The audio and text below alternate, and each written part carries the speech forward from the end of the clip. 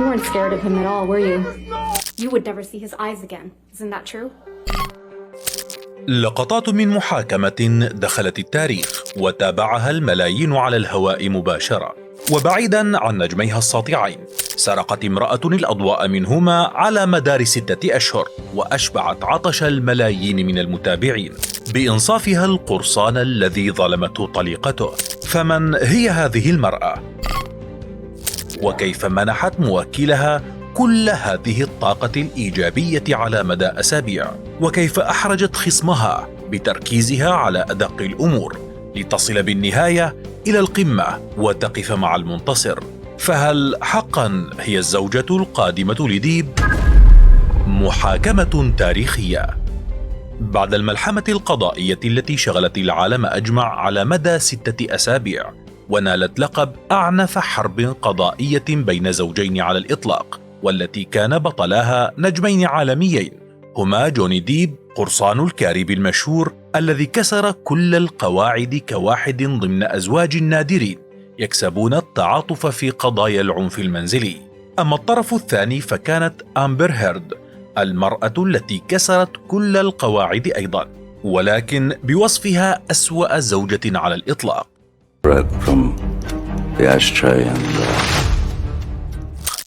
6 أسابيع مرت، ربما لم يبق بين جوني وأمبر موقف أو سر زوجي إلا وتناقش فيه على الملأ حتى أدق تفاصيل حياتهما، لتعلن المحكمة في النهاية فوز ديب وتغريم أمبر الشريرة بحسب وصف كارهيها ب$15 مليون بتهمة تشهيرها بديب، لتعم الفرحة المتابعين حول العالم منعكسة على فضاء السوشيال ميديا الذي تحول فجأة إلى منصة عنوانها جوني وأمبر وكاميل فاسكيز. وشارك في الفرحة مطربون ومشاهير عرب أيضا غردوا فرحا بفوز القرصان.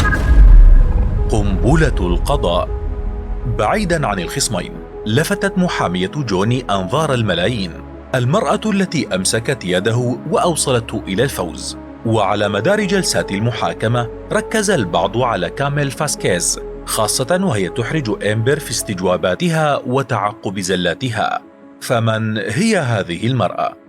ولدت فاسكيز في سان فرانسيسكو الأمريكية، درست في جامعة جنوب كاليفورنيا، ثم التحقت أيضا بكلية الحقوق في ساوث ويسترن لوس أنجلوس.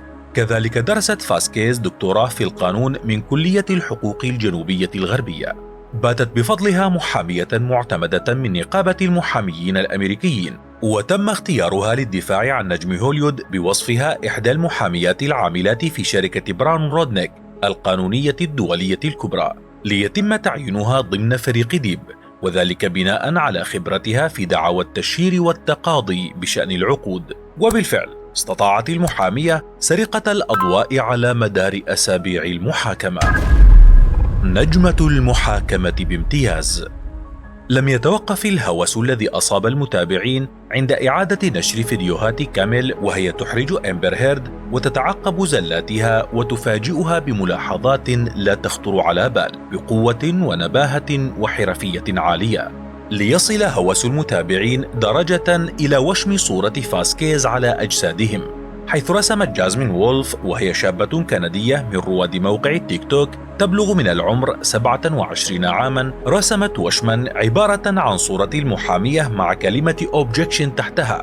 كذلك نشرت وولف وهي مغنية وكاتبة أغاني معروفة على مواقع التواصل، نشرت مقطع فيديو على حسابها الشخصي في تيك توك أيضا، وقد ظهر في المقطع الذي بلغت مدته 10 ثوان وشم بالتصميم نفسه لصورة المحامية مع كلمة اعتراض على ساق وولف اليسرى، ليحصد الفيديو من ذلك الوقت أكثر من 1,000,000 مشاهدة. وقد علقت وولف على وشمها قائلة: وجدت أنه من المدهش رؤية شخص ما يدافع عن ذلك ويحاول تحقيق العدالة في وضع غير عادل، فالطريقة التي تتصرف بها كاميل كانت قوية للغاية، وأردت أن أحيي ذكرى شعوري في تلك اللحظة وأنا أشاهدها بهذا الوشم.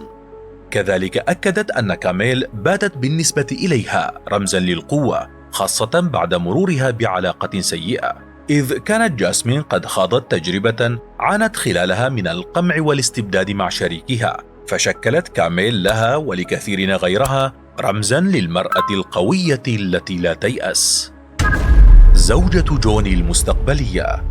طوال فترة المحاكمة تابع محبو قرصان الكاريبي كاميل وهي تتبادل الابتسامات والعناقات مع ديب، وكيف يضحكان معا ويفرحان معا، لتنتشر شائعات عن علاقة رومانسية تجمع ديب وكاميل التي استبسلت في الدفاع عن موكلها، لتصل الشائعات حد انتشار أخبار عن أن كاميل هي الزوجة القادمة لديب. لكن جوني خرج إلى العلن ونفى وجود أي علاقة عاطفية بينهما، وأن ما تفعله كاميل هو في إطار عملها فقط. ذئبة مفترسة. بذكاء الذئبة المفترسة كانت كاميل طوال الأسابيع الستة تتصيد زلات إمبر، حيث ضغطت المحامية على هيرد بعد ادعائها أن المخدرات والكحول حولا ديب إلى وحش عنيف معها، إذ واجهتها بكلمات حادة متسائلة: من كان الوحش الحقيقي في هذه العلاقة؟ ومن المواقف التي رسخت في ذاكرة المتابعين سؤال مباغت وجهته كاميل لأمبر قائلة: هل لاحظت أن جوني لم ينظر في عينيك قط طوال فترة المحاكمة؟ ما السبب؟ وحين أنكرت أمبر معرفتها السبب، عرضت لها المحامية تسجيلا لأحد اللقاءات الأخيرة بينها وبين جوني، أكد لها فيه أنها لن تراه ينظر في عينيها أبدا بعد ذلك. كذلك تعمدت المحامية إحراج أمبر بتكرار ذكرها للتعويضات التي قبضتها من ديب في المحاكمة الماضية، والتي تعهدت علنا آنذاك بالتبرع بها للجمعيات الخيرية، لكن ثبت عدم تبرعها.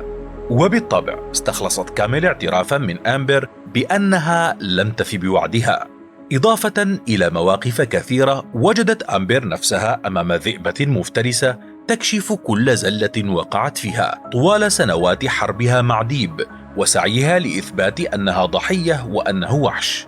الادعاءات التي نسفتها كاميل بكل مهنية، واستطاعت تحويل أمبر من امرأة تعاطف معها الجميع قبل سنوات، حتى أن بعض الشركات فسخت عقودها مع جوني تعاطفا معها بعد أن أظهرته كوحش وكزوج عنيف، حولتها إلى امرأة تشكلت حملة انضم إليها 4,500,000 شخص لاستبعادها من بطولة فيلم. بعد ظهور الحكم في القضية التي عرضت لكم ستيف فيديوغراف تفاصيلها كاملة في فيديو سابق، بات اسم المحامية كاميل فاسكيز ضمن الأسماء الأكثر بحثاً، حيث تظهر إحصائيات جوجل تريندز، وهي أداة لقياس مرات البحث المختلفة للمصطلحات والكلمات، تظهر أن البحث عن كاميل فاسكيز كان ضمن الكلمات الأكثر بحثاً عالمياً في الفترة السابقة. فما رأيك بهذه المحامية؟ وهل خطر ببالك أن تترافع عنك ذات يوم في قضية تخصك؟